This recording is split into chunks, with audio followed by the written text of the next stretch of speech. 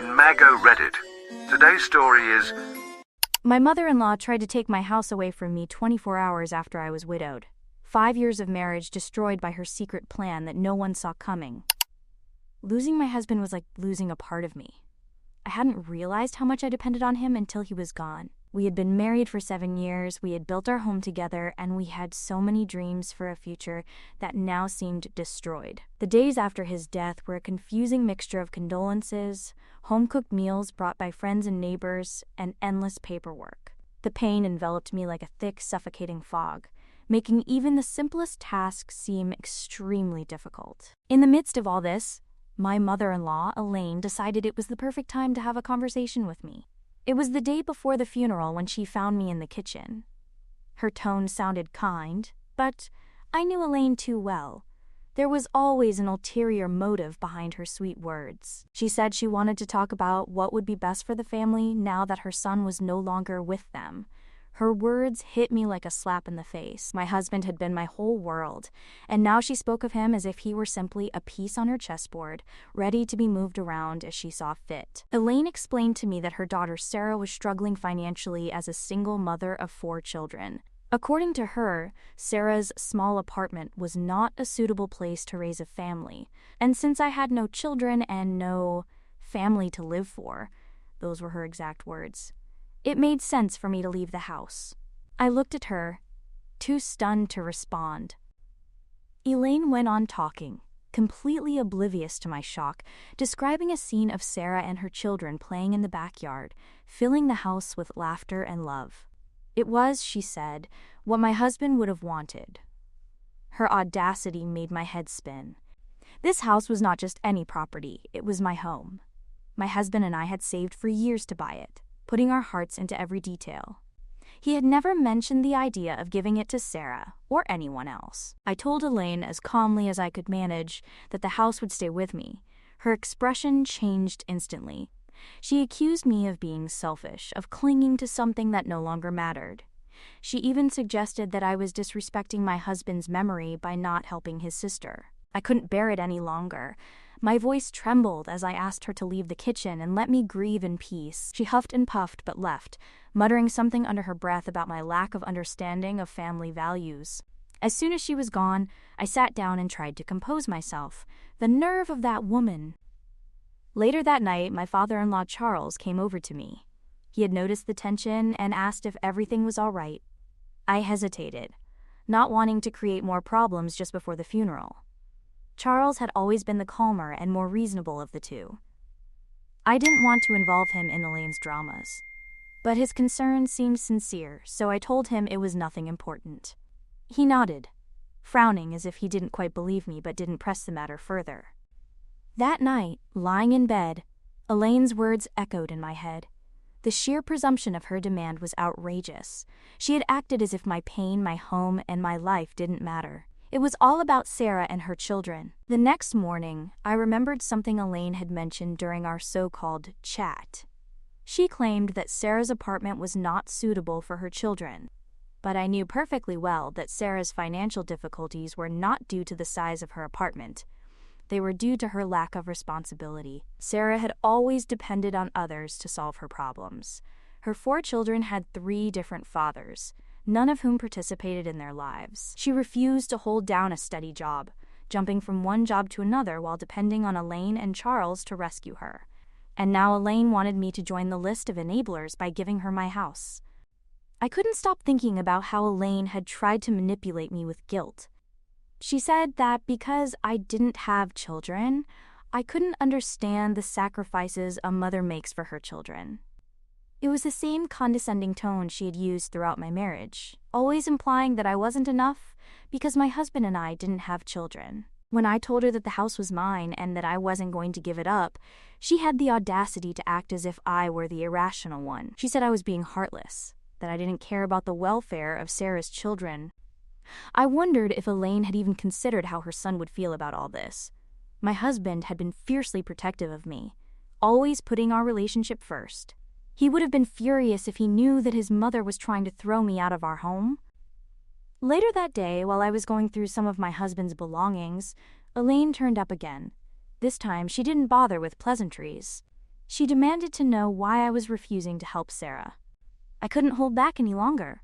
I told her that Sarah's problems were not my responsibility and that my husband would never have wanted me to give up our home. I reminded her that this house was as much mine as it was his and that I wasn't going to let anyone take it away from me. Elaine's face twisted with anger. She said I was being cruel and ungrateful, that I didn't deserve the family I had married into. Her words hurt me deeply, but I refused to give in. I told her that if she wanted to help Sarah, she could give up her own house instead of trying to take mine. Elaine stormed out, slamming the door behind her. That night, Charles approached me again, his expression more serious this time. He asked if Elaine had said anything to upset me. I hesitated, but decided to be honest. I told him all about Elaine's demands, her insults, and her attempts to manipulate me with guilt. Charles listened in silence, his face darkening with each word. When I finished, he let out a long sigh and said he would take care of it. For the first time since my husband's death, I felt a small glimmer of relief. At least someone was on my side, although I knew this was not the end. Elaine was not one to give up easily, and I had a feeling her next move would be even more outrageous. The day of the funeral arrived. I felt overwhelmed by grief and the weight of everything Elaine had already put me through. We had delayed the funeral a little so that our whole family could attend. I was determined to focus on honoring my husband's memory and being there for the people who loved him, but Elaine had other plans. From the moment she arrived, dressed entirely in black but with an air of importance, she made it clear that she wanted to be the center of attention. She moved around the room, greeting guests with exaggerated grief, her voice rising above the soft murmurs of condolences, as if she were the only mourner in the house.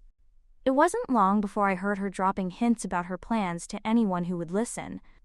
She was telling people how Sarah and her children needed a stable home and how it was the family's responsibility to look after each other. At first I thought maybe I was imagining it, but then I caught her talking directly to one of my husband's cousins. Elaine told her that I wasn't handling things well and that I was too lost in my grief to be reasonable.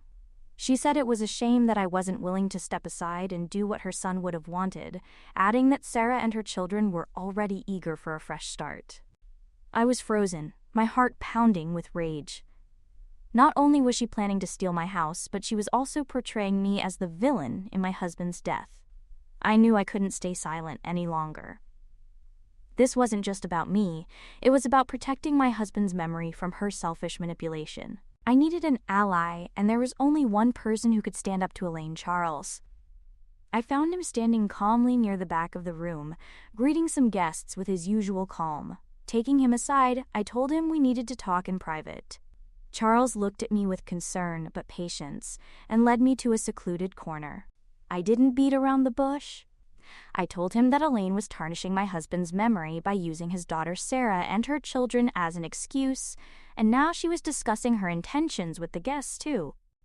Charles's face darkened as I spoke. I could see the tension building in his jaw. His lips tightened into a thin line. When I finished, he slowly shook his head, his voice low and deliberate. He asked if Elaine had really said all this. I assured him that she would not lie about something so serious, especially on a day like this. He said nothing more to me but turned and walked straight towards Elaine, who was talking to some guests.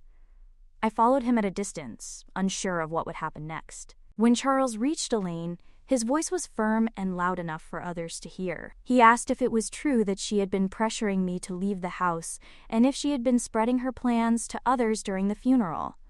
Elaine's face paled, and she stammered something about misunderstandings and trying to do what was best for the family, but Charles did not accept her excuses. He told her that this was neither the time nor the place for such behavior, and that her actions were not only inappropriate, but deeply disrespectful to the memory of her son. The confrontation drew the attention of several guests, and the room fell silent as everyone turned to look. Elaine's voice became shrill as she tried to defend herself, claiming that I had been selfish and uncooperative and that she was only thinking of her children. Charles interrupted her, raising his voice just enough to silence her. He told her that her presumption had gone too far and that she had crossed the line in trying to manipulate a grieving widow. He said that this behavior was shameful and that he would not tolerate it any longer, The guests around murmured in agreement, and I could see sympathy in their eyes as they looked at me.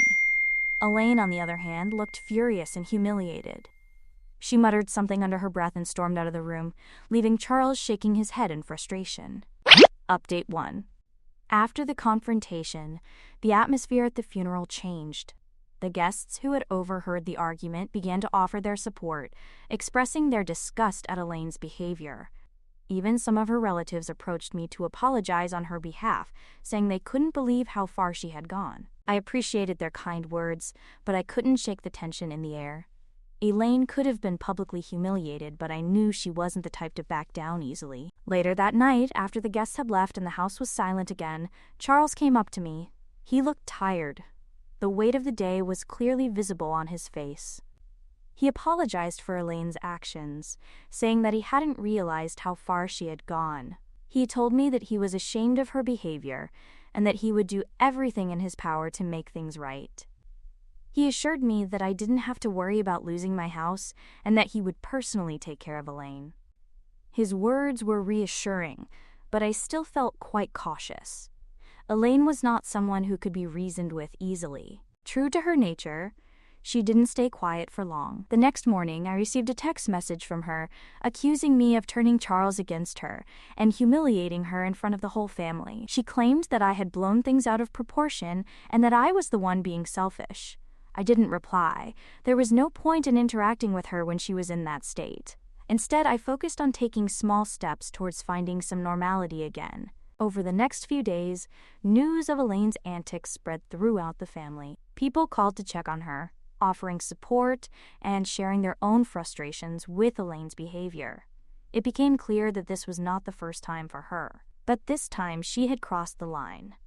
As for Sarah and her children, their plans to move into my house quickly fell apart. Without Elaine pushing the agenda, there was no way Sarah could justify trying to take over my house. From what I heard, Sarah was furious with her mother for ruining everything, but I didn't let it bother me. The most important thing was that I had stood my ground and protected the home my husband and I had built together. Elaine's schemes had failed, and while I knew there was probably more drama to come, I felt stronger knowing that I was not alone in this fight. Charles, true to his word, began to make changes to his home to ensure that Elaine would not do something like this again. I didn't know exactly what those changes would be, but I knew he was serious about holding her accountable. Update 2. The days after the funeral were a blur of exhaustion, resentment, and an overwhelming sense of isolation. I had spent years building a life with my husband, creating a home that I thought was ours, only ours. I never imagined that I would find myself sitting in it alone now, with his mother bursting in, trying to tear everything down so easily. The audacity, the cruelty, and yet I still couldn't fully comprehend it. I kept hoping it would feel real, but it didn't. It still didn't feel real. I remember one night, a couple of days after the funeral, when it all hit me. The pain, the anger, the betrayal. It all came crashing down, like a weight on my chest. And for the first time, I allowed myself to feel it completely. I hadn't cried. The days had been consumed with keeping it all together, dealing with the logistics, the endless visitors, and then my mother-in-law's plans. I had kept my walls up, but that night, sitting on the sofa, I broke down. I couldn't breathe. I felt like I was drowning in a sea of pain, guilt, and exhaustion. There were no more distractions, no more chores to do, no more people around to please. Just me, alone with the mess of emotions I had been avoiding. I couldn't stop the tears. It wasn't just about him anymore. It was about everything I had lost. About the life we never got to live, the future we would never get to share. It was about the dreams I had given up on. About the parts of me I had buried so deep in the effort to keep things going, to keep everyone happy. But it was more than just pain.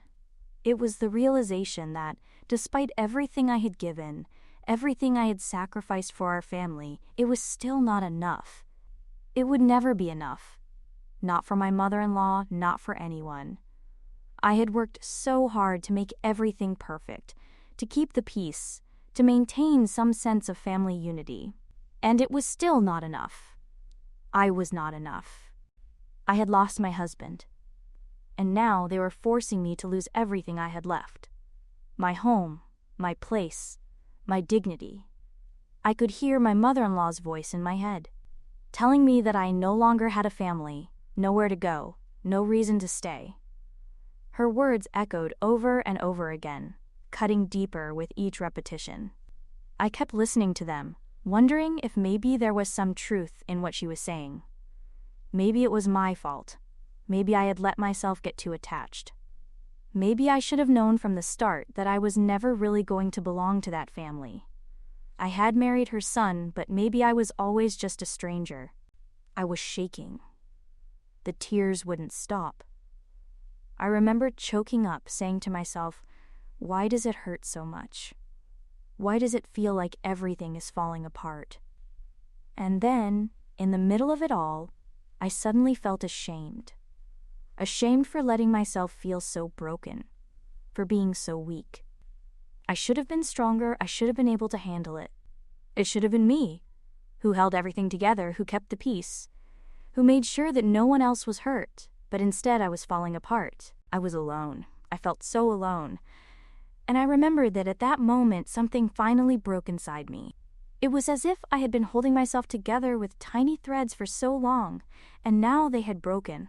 There were no more pretensions, no more putting on a brave face. I didn't have to be strong for anyone else.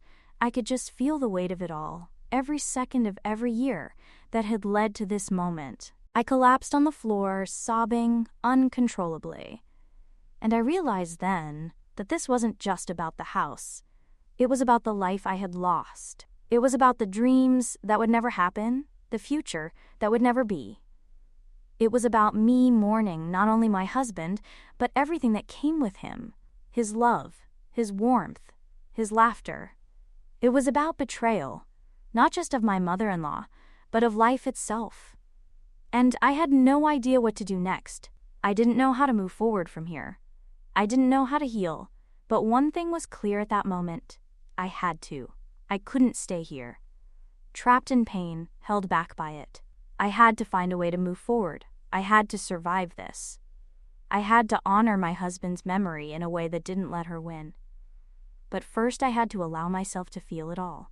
I couldn't keep pretending that I was okay. I couldn't keep repressing it all. It wasn't okay. I was broken, but that was okay. I just had to take it one step at a time. Update 3.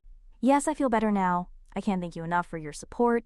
It means the world to me in my situation. Well, after the fiasco at the funeral, Elaine tried to regain some control.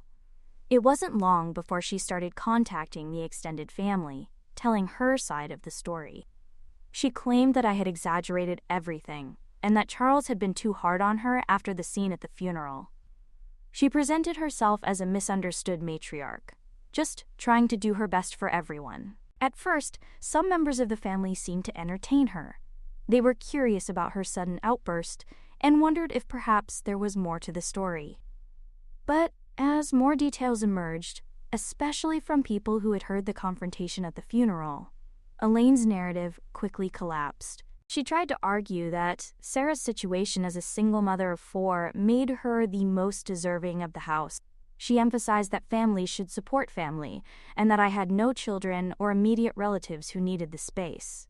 According to her, I was selfish for clinging to a home that could better serve Sarah's needs. What she failed to take into account was the support I had quietly gained in the days following the funeral. Charles, my greatest ally, was not shy about correcting Elaine's fabrications. When her justifications reached his ears, he responded with a firm public denunciation. Charles told anyone who would listen that Elaine's actions had been motivated by presumption, not family loyalty.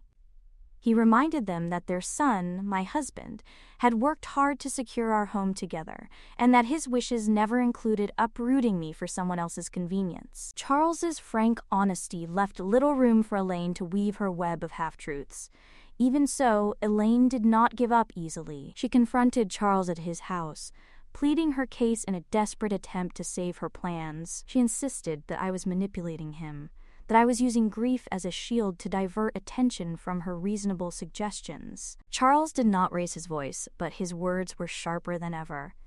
He told her that she had shamed herself and her family. He said he would not allow her to destroy his relationship with his daughter-in-law, especially not with dishonest plans that would dishonor the memory of his son. The final blow came when Charles made an unexpected announcement later that week. He had decided to downsize and move into a smaller apartment with Elaine. Their large house, which had been the center of so many family gatherings, would be put up for sale. Charles presented it as a practical decision, citing the cost of maintaining a large property now that it was just the two of them. But everyone knew the truth. By moving out, he was effectively cutting off Elaine's ability to orchestrate power plays, like the one she had attempted with me. The announcement sent shockwaves through the family. Elaine was taken by surprise. She was in shock and disbelief. For once, she had no comeback. Her protests about how much she loved their home and how unfair the decision was fell on deaf ears. The change in dynamic was clear. Charles was taking control, and Elaine was losing her grip on the family narrative she had controlled for so long. Update 4. As the dust settled, Elaine began to realize how much damage she had done to her reputation. Word of her behavior had spread beyond the family now. Everyone began to look at her differently. People whispered about how she had tried to drive her bereaved daughter-in-law out of her home. Some openly questioned her character, wondering how a mother could sink so low after the loss of her own child. She tried to change, focusing on Sarah and her children as a way of rebuilding her image. She began to organize small family events in her new apartment, hoping to gain sympathy for Sarah's struggles. But the family's patience with Elaine had run out. Few attended, and those who did had no qualms about expressing their disappointment in her actions. Meanwhile, I was overwhelmed by the support I received from the extended family and community itself. People I hadn't spoken to in years reached out to offer kind words. They shared their own stories of dealing with presumptuous relatives.